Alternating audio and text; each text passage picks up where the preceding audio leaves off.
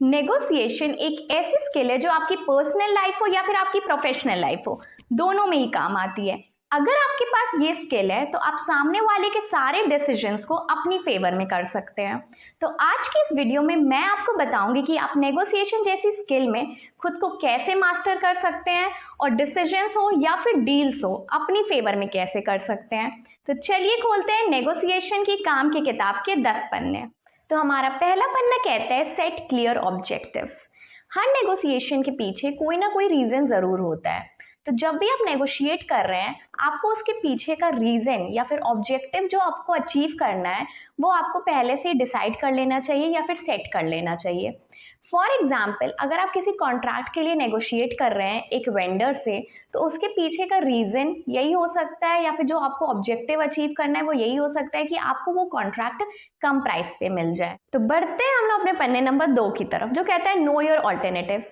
Negotiation करने से पहले आपको सारे ऑल्टरनेटिव्स और चॉइसेस को ढूंढ लेना चाहिए ताकि अगर किसी भी पॉइंट ऑफ टाइम पे आपको नेगोशिएशन छोड़ना पड़े तो आपके पास और भी चॉइसेस अवेलेबल हों। एक फेयर नेगोशिएशन करने के लिए भी आपको अपने रीजन का पूरा इन्फॉर्मेशन और पूरा रिसर्च कर लेना चाहिए। फॉर एग्जाम्पल, अगर आप अपने मैनेजर से नेगोशिएट कर रहे हैं सैलरी इंक्रीज के लिए तो आपको पता कर लेना चाहिए एवरेज सैलरी उस पर्टिकुलर पोजीशन के लिए। तो बढ़ते हैं हम लोग अपने पन्ने नंबर 3 की तरफ जो कहता है गैदर रेलेवेंट इन्फॉर्मेशन। आपको ज्यादा से ज्यादा इन्फॉर्मेशन कलेक्ट कर लेना चाहिए उस पार्टी के लिए जिसके साथ आप नेगोशिएट कर रहे हैं। आपको उनकी ज़रूरतों के बारे में पता होना चाहिए, उनके इंटरेस्ट, उनके माइंडसेट के बारे में आपको पता कर लेना चाहिए जो आपको हेल्प करेगा एक नेगोशिएशन स्ट्रैटेजी बनाने के लिए। फॉर एग्जाम्पल, अगर आप एक क्लाइंट के साथ नेगोशिएट कर रहे हैं तो आप रिसर्च कर सकते हैं उसकी इंडस्ट्री के बारे में, उसके मार्केट पोजीशन के बारे में या फिर उसके प्रीवियस पार्टनरशिप के बारे में। तो बढ़ते हैं हम अपने पन्ने नंबर 4 की तरफ जो कहता है focus on win win outcomes. आप जब भी नेगोशिएट कर रहे हैं किसी पार्टी के साथ तो आपका मेन गोल उसको हराने के लिए नहीं होना चाहिए। आपका मेन गोल होना चाहिए कि आप दोनों पार्टी सेटिस्फाइड हों जो भी सोल्यूशन निकल के आए। आपको सोल्यूशन की तरफ काम करना चाहिए ना कि एक दूसरे को अटैक करने में।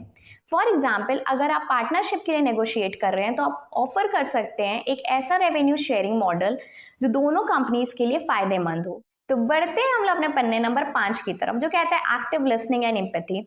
आप जब भी नेगोशिएट कर रहे हैं तो आपको सामने वाली पार्टी की बातों को ध्यान से सुनना चाहिए, उनके ज़रूरतों को, उनके ओपिनियंस को समझना चाहिए, आपको उनकी प्रॉब्लम्स और उनके सिचुएशंस को भी समझना चाहिए और एक पॉजिटिव एटमॉस्फेयर बना के रखना चाहिए।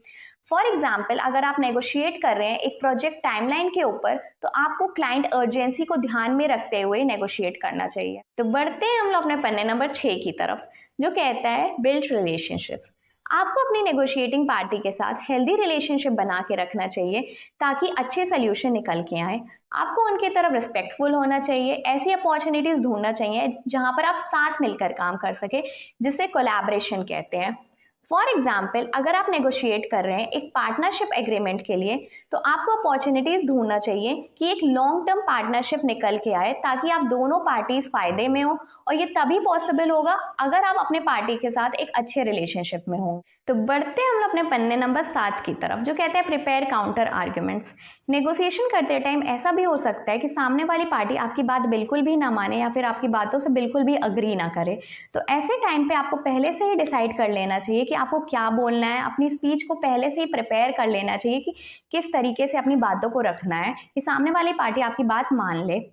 फॉर एग्जाम्पल, अगर आप नेगोशिएट कर रहे हैं बजट इंक्रीज के लिए अपने डिपार्टमेंट की तो आपको अपनी स्पीच पहले से ही प्रिपेयर कर लेना चाहिए जिससे ये होगा कि आप कॉन्फिडेंट भी फील करेंगे और आपका नेगोशिएशन अच्छी तरह से भी हो पाएगा। तो बढ़ते हैं हम लोग अपने पन्ने नंबर 8 की तरफ जो कहता है यूज लेवरेज वाइजली।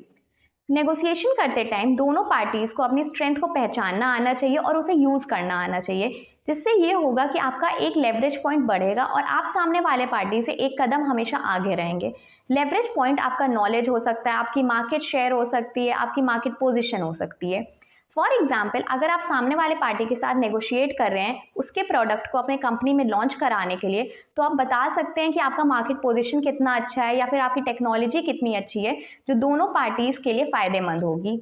तो बढ़ते हैं हम लोग अपने पन्ने नंबर 9 की तरफ, जो कहता है सीक ट्रेड ऑफ। इसका मतलब ये होता है कि नेगोशिएशन करते टाइम आपको सामने वाले पार्टी को भी अपना ट्रस्ट देना चाहिए कि वो नेगोशिएशन आपके साथ क्यों करे, उसको क्या फ़ायदा मिलेगा या फिर आप उसको बदले में क्या क्या दे सकते हैं, जिससे ये होगा कि एक बैलेंस एग्रीमेंट निकल के आएगा और आप दोनों पार्टी सेटिस्फाइड फील करेंगे।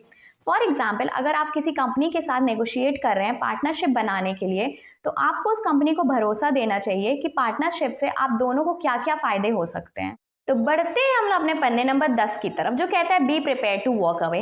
अगर आप देख रहे हैं कि नेगोशिएशन आपकी फेवर में नहीं आ रहा है, आपको कुछ फायदा नहीं मिलेगा उस नेगोशिएशन से, आप अपने सामने वाली पार्टी के साथ सेटिस्फाइड ही नहीं फील कर रहे हैं, तो आप उस नेगोशिएशन को छोड़ सकते हैं या फिर क्विट कर सकते हैं।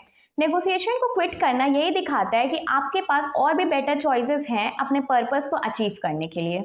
आशा करती हूँ कि आपको नेगोशिएशन की काम की किताब के 10 पन्ने समझ में आए होंगे। उनमें से 3 पॉइंट मैं आपको ऐसे बताऊंगी जिस पर आपको ध्यान देने की ज़रूरत है। पहला पॉइंट, नेगोशिएशन के पीछे का मेन रीज़न या फिर मेन ऑब्जेक्टिव आपको पता होना चाहिए। दूसरा पॉइंट, आप जिस भी पार्टी के साथ नेगोशिएशन कर रहे हैं उसकी पूरी इंफॉर्मेशन आपको कलेक्ट कर लेना चाहिए, उसके नीड्स के बारे में या फिर उसके प्रेफरेंसेस के बारे में। तीसरा पॉइंट, आपको ऐसे सॉल्यूशंस निकालना चाहिए जो दोनों पार्टीज के लिए सेटिस्फाइंग हो, दोनों पार्टीज के इंटरेस्ट में हो। अगर आपको हमारा ये प्रयास पसंद आया है तो वीडियो को लाइक करें, शेयर करें और चैनल को सब्सक्राइब करें।